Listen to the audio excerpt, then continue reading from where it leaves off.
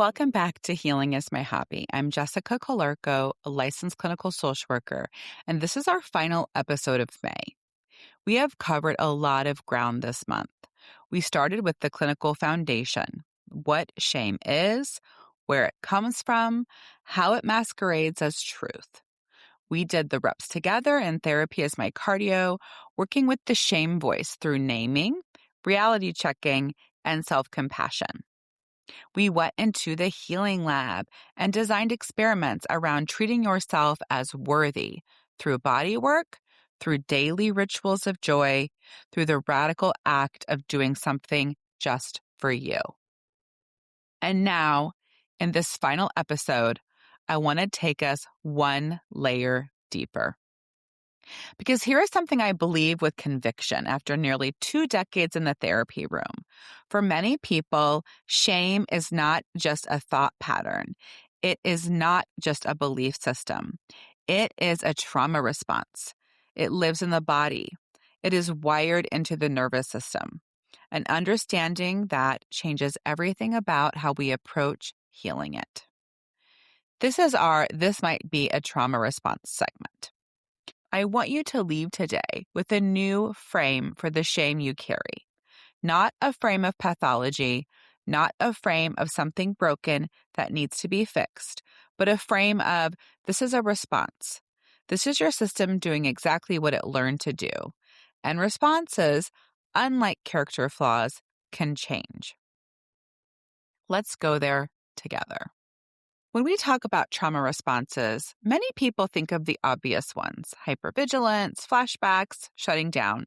But shame is one of the most overlooked trauma responses in clinical practice, and I think it deserves to be named directly. Here is the development picture. When a child grows up in an environment where their emotions, their needs, or their authentic self are consistently met with criticism, withdrawal, humiliation, or unpredictability, the child's nervous system learns something very specific. It learns that being fully yourself is dangerous, that your needs are a threat to your attachment, that who you are, as you are, is not safe to show. Shame becomes the adaptation. The child learns to preemptively collapse, to make themselves small, to hide the parts of themselves that got punished, to monitor constantly for signs of disapproval. This is not weakness. This is the nervous system doing its job. It is protecting the child's most essential need, to stay connected to the people they depend on for survival. The problem is that the nervous system doesn't automatically update when we grow up. The adaptation that kept us safe at 7 years old is still running at 35, at 45, at 55. The threat is no longer present, but the response is still firing. And so we shrink in moments that don't require shrinking. We hide parts of ourselves that are actually beautiful. We brace for rejection that never comes. That is a trauma response. And naming it as one is not about excusing behavior or bypassing responsibility. It is about understanding the origin so we can respond to it with the care it actually deserves rather than more shame on top of shame. I want to get a little bit clinical here because I think understanding what is actually happening in your body during a shame response can be genuinely liberating. When you understand the mechanism, the experience stops feeling like a character flaw and starts feeling like biology. Most of us are familiar with the fight or flight response, the activation that happens when we perceive a threat. Heart rate up, breathing shallow, muscles ready to move. But there is a third branch of the stress response that is less talked about, and it is the one most closely associated with shame. It is called the dorsal vagal response, or in more common language, the freeze and collapse response.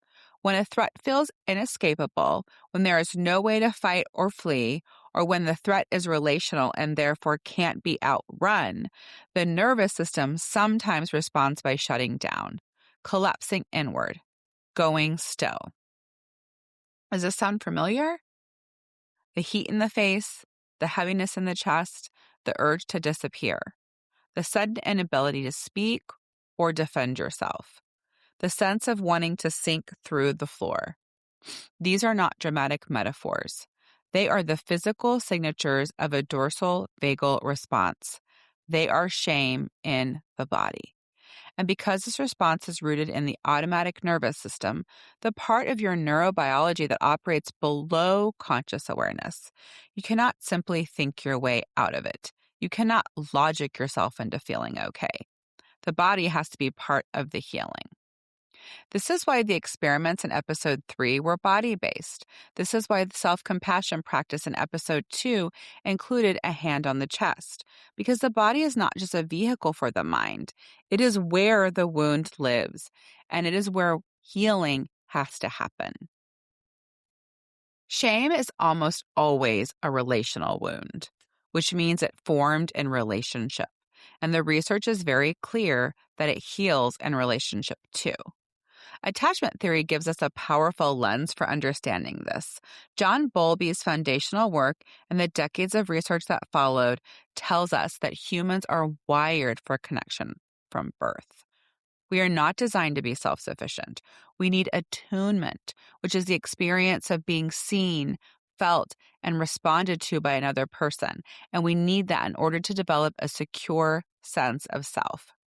When the attunement is disrupted, when the caregiving environment is unpredictable, critical, dismissive, or frightening, what develops instead is an insecure attachment pattern.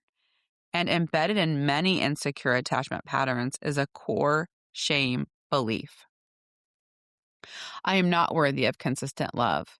I have to earn connection. I am too much or not enough for the people I need most. These beliefs don't stay in childhood. They travel with us into every significant relationship we have as adults. They shape how we show up with partners, with friends, with colleagues, with our own children. They determine what we allow ourselves to receive, what we feel compelled to give, and how we interpret even neutral interactions through the lens of, am I still acceptable?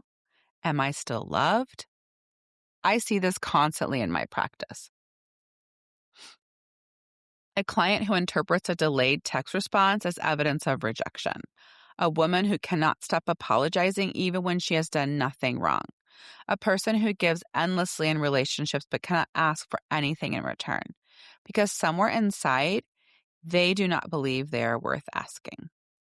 These are not personality quirks. These are the behavioral echoes of early attachment wounds. And understanding them as much, tracing them back to their origin, giving them context is one of the most compassionate things we can do in the healing process.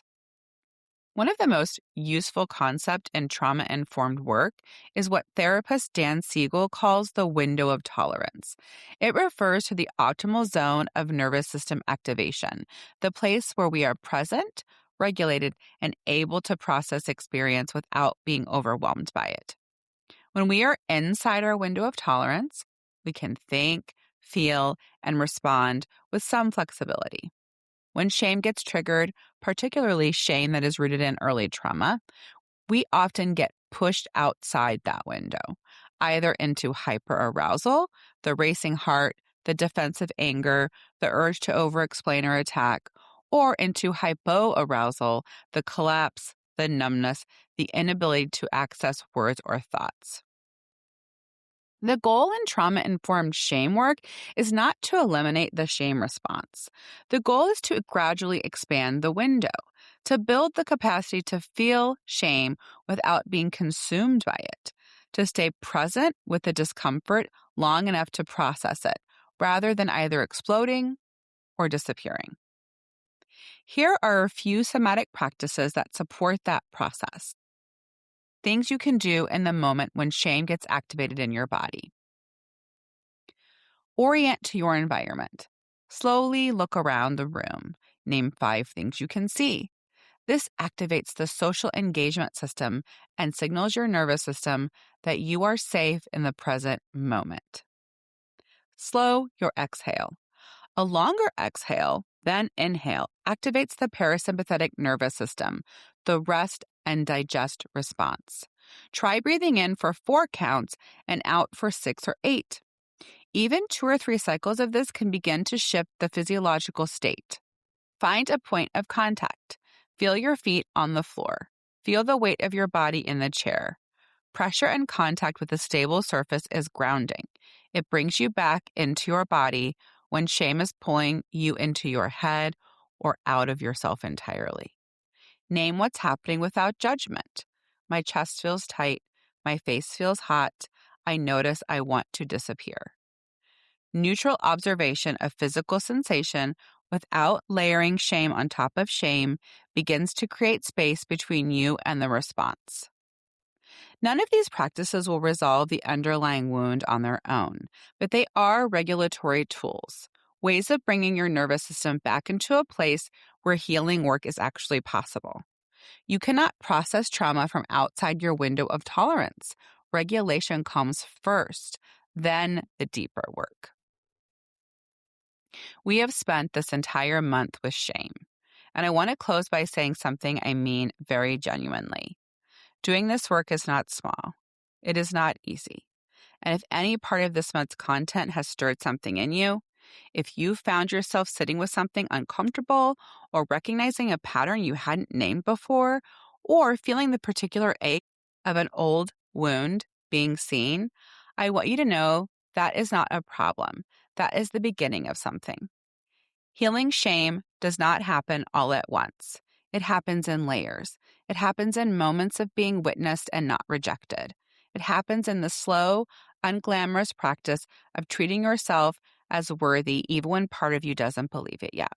It happens in therapy, in safe relationships, in the quiet work of getting to know the parts of yourself that have been hiding for a very long time. And it is possible. I have seen it. I have lived it. The shame that feels like the truest thing about you is not the truest thing about you. It is a wound. And wounds, when they receive the right care, do heal. If this month has brought up something you want to explore more deeply, if you've recognized patterns that feel like more than content you can work through on your own, I want to gently encourage you to seek support. It might mean therapy. It might mean a trusted relationship where you can begin to practice being fully seen. It might mean simply staying in this community and continuing the conversation. Whatever the next step looks like for you, I hope you take it. You deserve the care you've been giving everyone else. That's the invitation I want to leave you with as we close May. Thank you for spending May with me. Thank you for being willing to go to the hard places. This community means everything to me, and I do not take it lightly that you let this work into your life. If you'd like to stay connected, you can sign up for my newsletter at Healing is My Hobby, where I share weekly reflections, resources, and the blog that accompanies each month's theme. You can follow me on Instagram and YouTube at Healing is My Hobby. And if you're looking for clinical support and want to learn more about working with me one-on-one, you can visit jessicacolorco.lcsw.com or find me on Instagram at jessicacolorco.lcsw. June is coming, and we are going somewhere that I think follows beautifully from everything we've built this month. Stay tuned. Until then, keep healing. It is the most important work there is.